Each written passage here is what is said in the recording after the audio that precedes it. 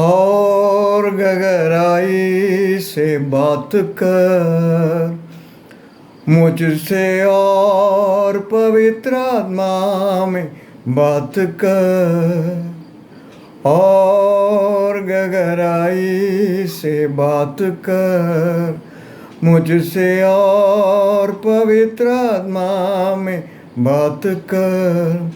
सर्वश्रेष्ठता से, सर्व सामर्थ्य से, सर्वश्रेष्ठता से, सर्व सामर्थ्य से, और गहराई से बात कर मुझसे, और पवित्र आत्मा में बात कर, और गहराई से बात कर मुझसे, और पवित्र आत्मा में बात कर. Praise the lord. അല്പനേരത്തെ ചിന്തയ്ക്കായിട്ട് നമുക്ക് ഒരു വചനം വായിച്ച് ദൈവസന്നിധിയിൽ അല്പനേരം നമുക്കായിരിക്കാൻ ആഗ്രഹിക്കുന്നു. അതിനായി അപ്പോസ്തല പ്രവൃത്തികൾ 4:12 വാക്യം വായിക്കാൻ ആഗ്രഹിക്കുന്നു. അപ്പോസ്തല പ്രവൃത്തികൾ 4:12. മറ്റൊരുത്തനിലും രക്ഷയില്ല, നാം രക്ഷിക്കപ്പെടുവാൻ ആകാശത്തിന് കീഴിൽ മനുഷ്യരുടെ ഇടയിൽ നൽകപ്പെട്ട വേറൊരു നാമവുമില്ല. ഈ വചനത്തിൽ നിന്നും അല്പനേരം ചിന്തയ്ക്കായി നമുക്ക് ദൈവകരങ്ങളിലേക്ക് സമർപ്പിക്കാം. ദൈവത്തിൻ്റെ ആത്മാവ് ഹൃദയങ്ങളിൽ ശക്തിയായി ഇടപെടുവാൻ ഈ വചനങ്ങൾ സഹായിക്കട്ടെ എന്ന് പ്രാർത്ഥിക്കുന്നു. ഈ ആലോചന ഇപ്പോൾ പറയുവാൻ ആഗ്രഹിക്കുന്നത് പ്രത്യേകിച്ച് യേശുവിനെ ഇതുവരെയും നല്ലതുപോലെ അറിയാത്തവരോട് യേശുവിനെ രക്ഷിതാവും ദൈവവുമായി അംഗീകരിക്കാൻ ആഗ്രഹിക്കുന്നവർക്കും വേണ്ടിയാണ്.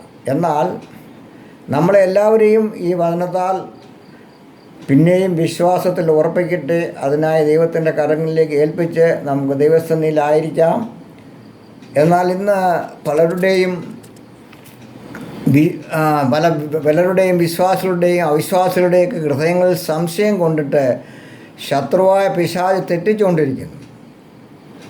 യേശു കർത്താവ് തന്നെ പറഞ്ഞു, ഞാൻ വഴിയും സത്യവും ജീവനുമാകുന്നു, ഞാൻ മുഖാന്തരമല്ലാതെ ആരും പിതാവിൻ്റെ അടുക്കൽ എത്തുന്നില്ല. യോഹന്നാൻ 14:6.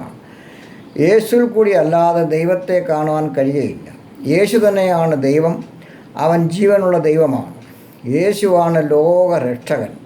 യേശുവിൽ കൂടെ ഉള്ള രക്ഷ മാത്രമാണ് മനുഷ്യൻ്റെ യഥാർത്ഥമായ രക്ഷ.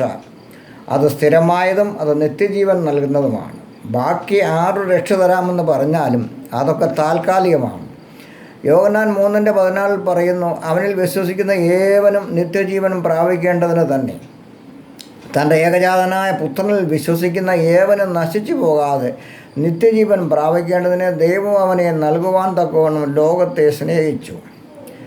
യേശു ഭൂമിയിൽ അവതരിച്ചത് മനുഷ്യനായി അവതരിച്ചതും നമ്മൾക്ക് വേണ്ടി മരിച്ചതുമൊക്കെ ദൈവസ്നേഹമാണ് കാണിക്കുന്നത്. അത് നമുക്ക് മനസ്സിലാക്കണമെങ്കിൽ ദൈവം ആരാണെന്ന് നമ്മൾ പഠിക്കണം. യോഹന്നാൻ 1:12 അവനെ കൈക്കൊണ്ട് അവൻ്റെ നാമത്തിൽ വിശ്വസിക്കുന്ന ഏവർക്കും ദൈവമക്കൾ ആകുവാൻ അവൻ അധികാരം കൊടുത്തു. മനുഷ്യൻ്റെ പാപങ്ങളെല്ലാം അവൻ വഹിച്ചു. യോഹന്നാൻ യേശുവിനെ നോക്കി പറഞ്ഞു, ലോകത്തിൻ്റെ പാപത്തെ ചുമക്കുന്ന കുഞ്ഞാട്.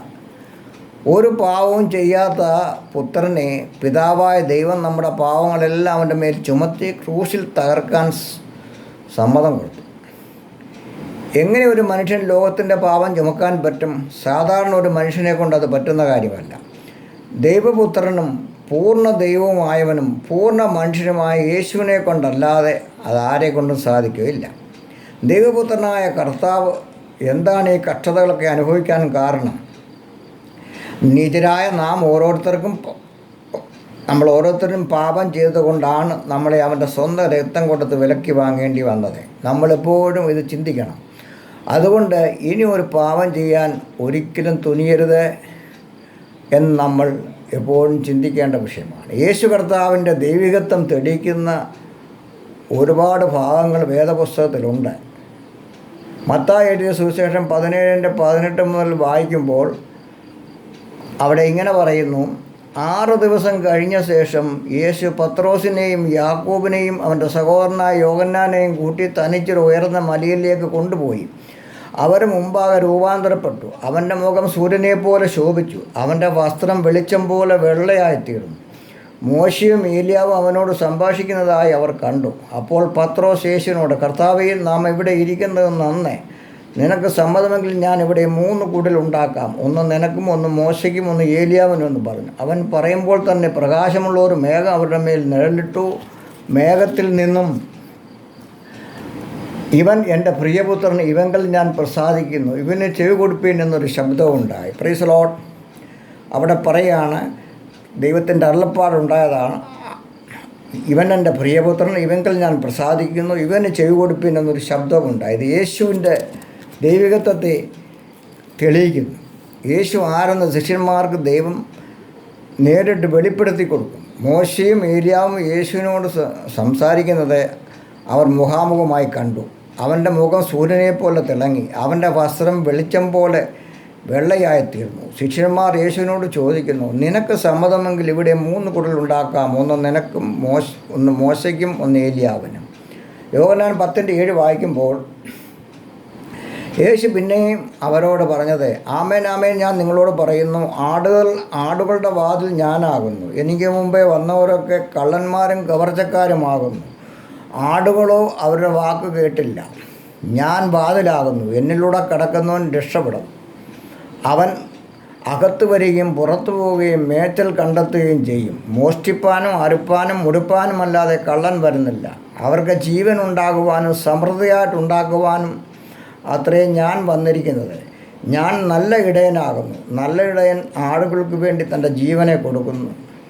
വന്ന പലരും കള്ളന്മാരും കവർച്ചക്കാരും അത്രേ. നമ്മുടെ കർത്താവ് നമ്മൾക്ക് നല്ല ഇടയനാകുന്നു. അവൻ നമ്മൾക്ക് ജീവൻ സമൃദ്ധിയായി ഉണ്ടാകുവാൻ വേണ്ടി അവൻ്റെ ജീവനെ കൊടുത്തു, രക്ഷിച്ചു.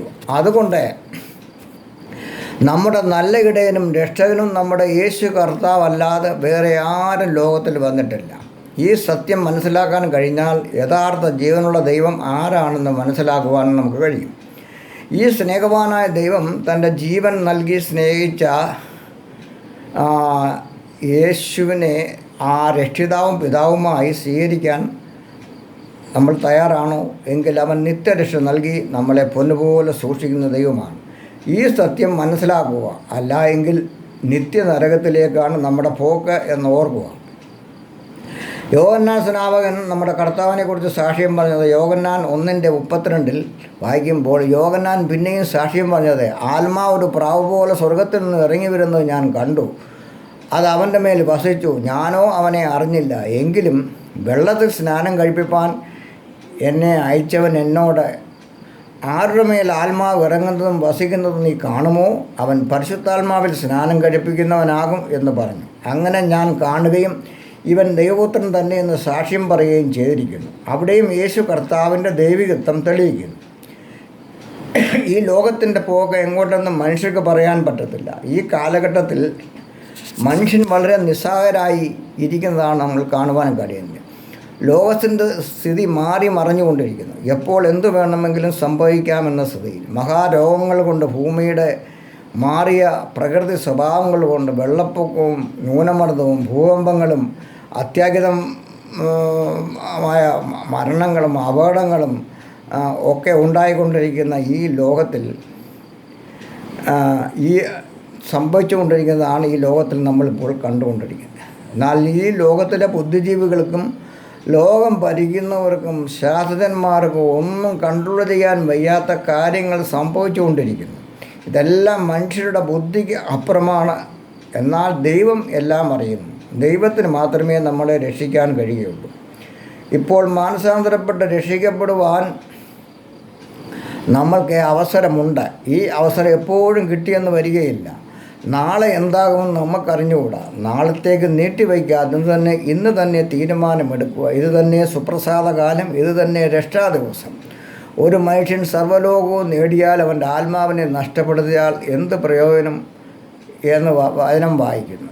ആരെങ്കിലും ഒരു 100 കോടി രൂപ നമുക്ക് തരാമെന്ന് പറഞ്ഞു എന്നിരിക്കട്ടെ, അതിലും വലിയ വിലയാണ് ക്രിസ്തുവിനെ നമ്മൾ നേടിയാൽ എന്ന് നമ്മൾ മനസ്സിലാക്കുക. ലൂക്കോസ് 13:3 വായിക്കുന്നു.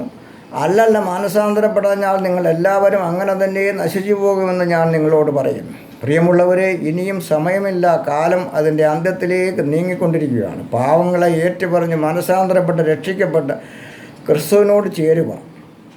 2 കൊരിന്ത്യർ 5:17 വായിക്കുമ്പോൾ, ഒരുത്തൻ ക്രിസ്തുവിലായാൽ അവൻ പുതിയ സൃഷ്ടിയാകുന്നു, പഴയത് കഴിഞ്ഞുപോയി, ഇതാ അത് പുതുതായി തീർന്നിരിക്കുന്നു. യേശുക്രിസ്തുവിനെ നമ്മുടെ രക്ഷിതാവായി സ്വീകരിക്കുമ്പോൾ നമ്മുടെ ഭയമെല്ലാം മാറിപ്പോകുന്നു. ദൈവം അറിയാതെ ഒന്നും നമ്മുടെ ജീവിതത്തിൽ സംഭവിക്കുകയില്ല. ലോകത്തിൻ്റെ മാറ്റങ്ങൾ കൊണ്ട് ഒരു ദൈവബദലിന് പേടിക്കാനൊന്നുമില്ല. യിരെമ്യാവ് 10:1-3 വാക്യങ്ങൾ വായിക്കുമ്പോൾ അവിടെ പറയുന്നു, ഇസ്രായേൽ ഗൃഹമേ, യഹോവ നിങ്ങളോട് അരുളിച്ചെയ്യുന്ന വചനം കേൾപ്പീൻ. യഹോവ ഇപ്രകാരം അരുളിച്ചെയ്യുന്നു, ജാതികളുടെ വഴി പഠിക്കരുത്, ആകാശത്തിലെ ലക്ഷണങ്ങൾ കണ്ട് ഭ്രമിക്കരുത്, ജാതികളല്ലോ അവ കണ്ട് ഭ്രമിക്കുന്നത്. ഇങ്ങനെ ഒരു രക്ഷകൻ നമുക്ക് വേണ്ടി ഉണ്ടെന്ന് അറിഞ്ഞിട്ടും അത് മനസ്സിലാക്കാതെ പോകരുത്. ഈ രക്ഷകനായ ജീവനുള്ള ദൈവത്തെ പൂർണ്ണ ഹൃദയത്തോടെ സ്വീകരിക്കാൻ നമ്മുടെ മനസ്സിനെ ഒരുക്കാം. അതിനായിട്ട് നമുക്ക് പ്രാർത്ഥിക്കാം. യെശയ്യാവ് 59:1 നമ്മൾ വായിക്കുമ്പോൾ, രക്ഷിപ്പാൻ കഴിയാതെ വണ്ണം യഹോവയുടെ കൈ കുറിയിട്ടില്ല, കേൾപ്പാൻ കഴിയാതെ വണ്ണം അവൻ്റെ ചെവി മന്ദമായിട്ടുമില്ല. നിങ്ങളുടെ അകൃത്യങ്ങൾ എത്രയും നിങ്ങളെയും നിങ്ങളുടെ ദൈവത്തെയും തമ്മിൽ ഭിന്നിപ്പിച്ചിരിക്കുന്നു. നിങ്ങളുടെ പാവങ്ങൾ എത്രയും അവൻ കേൾക്കാത്തവണ്ണം അവൻ്റെ മുഖത്തെ നിങ്ങൾക്ക് മറയ്ക്കുമാറാക്കരുത്. നമ്മുടെ അകൃത്യങ്ങളെയും പാവങ്ങളെയും ദൈവസ്ഥനിൽ നിന്ന് ഏറ്റുപറയുവാൻ കഴിയുമോ? ഏറ്റുപറഞ്ഞ് യേശുവിനെ കർത്താവും രക്ഷിതാവുമായി ഹൃദയത്തിൽ അംഗീകരിച്ചാൽ അവൻ നമ്മളെ രക്ഷയിലേക്ക് നടത്തും. നിത്യജീവൻ അവൻ നമുക്കായി ഒരുക്കി വച്ചിരിക്കുകയാണ്. ഈ ലോകത്തിൽ പ്രതികൂല അവസ്ഥകളിൽ അവൻ്റെ ബലമുള്ള കരങ്ങളിൽ അവൻ നമ്മെ വഹിക്കും. കർത്താവ് പറഞ്ഞാൽ നിങ്ങളെ ഒരു നാളും കൈവിടുകയില്ല, ഉപേക്ഷിക്കുകയുമില്ല. ആ വലിയ സുരക്ഷയിൽ ആ ദൈവിക സന്തോഷം അനുഭവിപ്പാൻ ദൈവം നമ്മളെ സഹായിക്കട്ടെ. അതിന് നമുക്ക് ഭാഗ്യമുണ്ടാകട്ടെ എന്ന് പ്രാർത്ഥിച്ചുകൊണ്ട് നിർത്തുന്നു. എല്ലാവരും ദൈവം അനുഗ്രഹിക്കട്ടെ. ആമേൻ. Praise the Lord.